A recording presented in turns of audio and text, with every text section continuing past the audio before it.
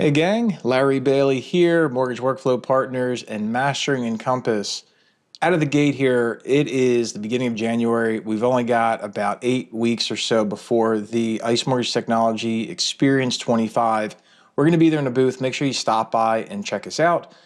Also, if you're going to go there and you want to actually take all these conversations, turn them into actions, stay one more day for our wrap-up event. We are going to do an entire day of workshops. Please see the calendar event for details.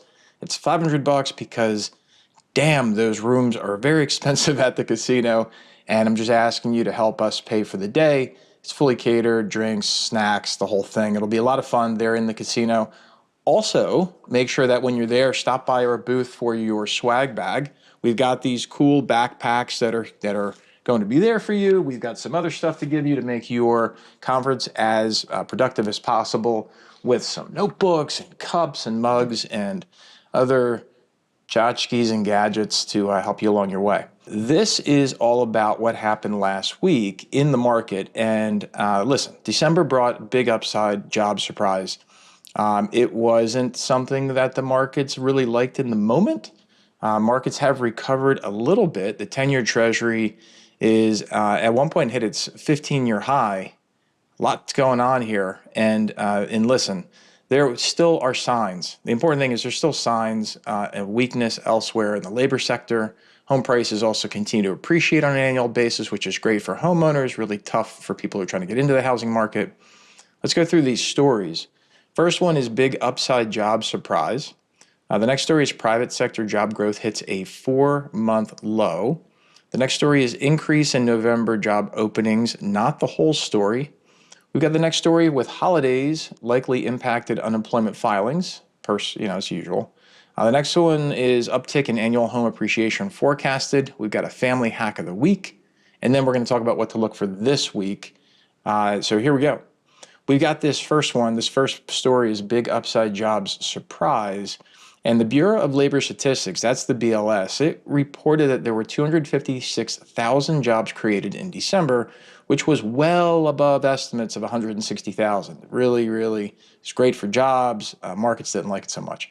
Revisions to the October and November reports shaved 8,000 jobs from those months combined. The unemployment rate fell from 4.2% to 4.1%. So what's the bottom line here? December's headline job growth figure will always be subject to revision in the next two reports, so we'll have to see if the data actually remains as strong as it initially seems.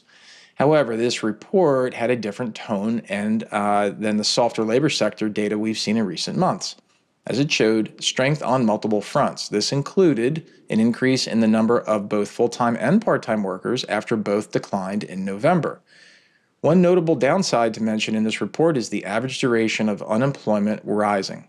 It rose to 23.7 weeks. This is the highest amount since April of 22 and coincides with the elevated trend we've seen in continuing jobless claims. The next story is private sector job growth hits a 4-month low, and on screen you'll see the little image there brought to you with information from ADP Employment Report, which, by the way, if you're listening to us on podcasts, thank you very much. I do want you to see the video, so check out everything over at masteringencompass.com. If you need an account, it's free.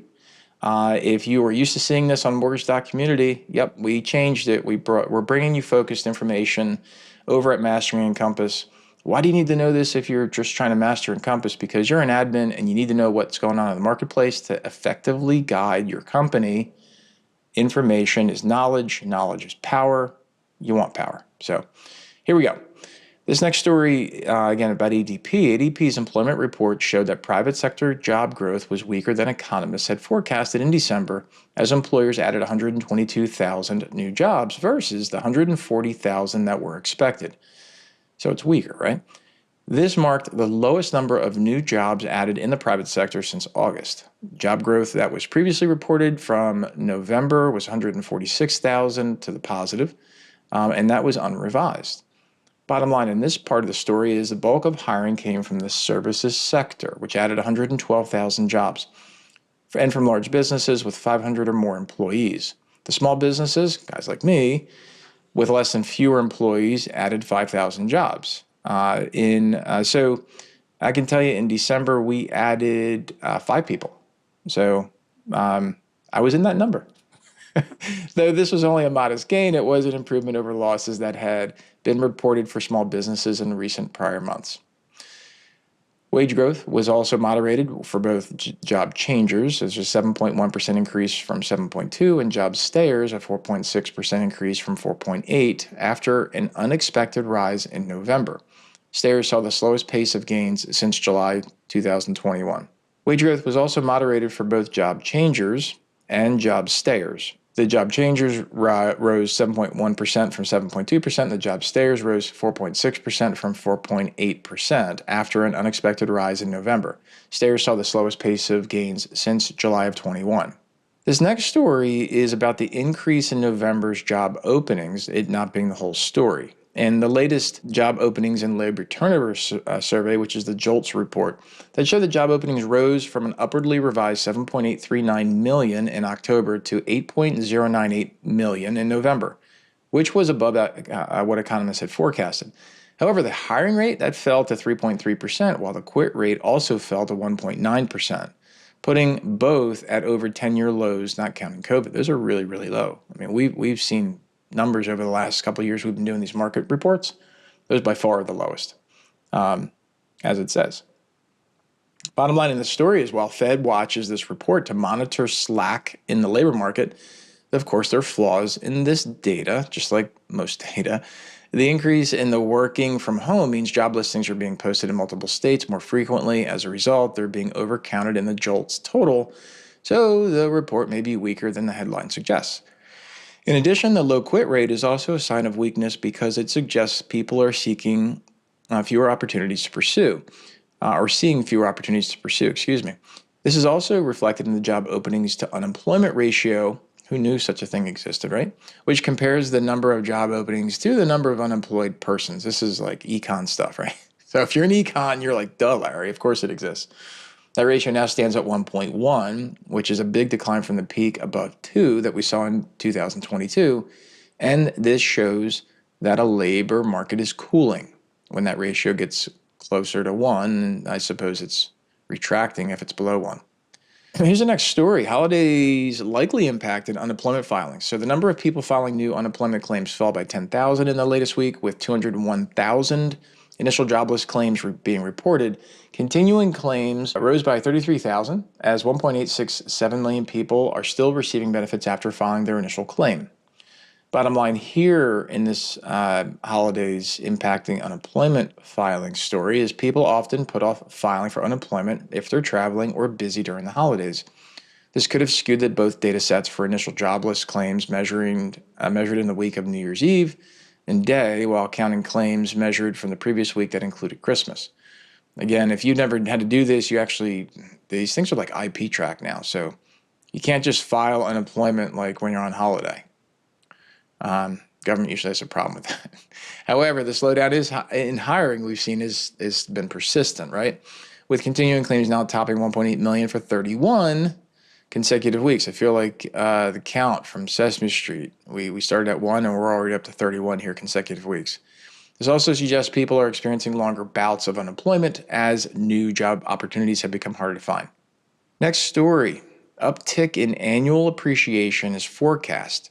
CoreLogic's home price index showed that home prices nationwide were essentially flat in November, rising 0.06% from October. Prices were also 3.4% higher when compared to November of 2023.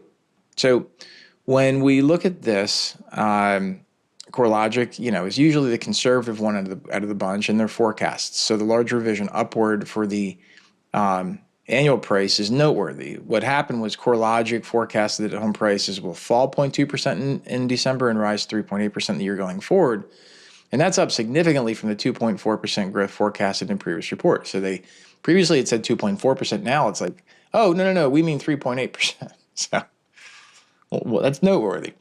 The last appreciation data from CoreLogic and other major home price indices like the Case-Shiller and the Federal Housing Finance Agency that showed that homeownership continues to provide opportunities for building wealth through real estate. It also shows that things are still hard for people to latch onto. So as I've always said, if you find a deal, you can afford it, get it. Get it. You got to live somewhere. Family hack of the week, gang. So if you are watching us on video, check out the video here. This recipe is for a banana nut muffin recipe. It's courtesy from the Food Network. Yields 12 muffins. If you're listening to me on podcast, head over to masteringcompass.com. Check out the Family Hack of the Week recipe right there on screen. Take a screenshot and do it. Let me know how it turns out. I have yet to have anybody tell me that they made something on one of these Family Hack of the Week food recipes. I also haven't done it, so plenty of blame to go around on that one. Gang, it's the middle of January. Here's what we're looking for this week. We've got inflation data that will make headlines starting Tuesday with the producer price index for December. The Fed will be closely watching when the consumer price index follows that on Wednesday. Thursday brings several important reports, including update on December's retail sales, the latest jobless claims, and the home builder confidence for January.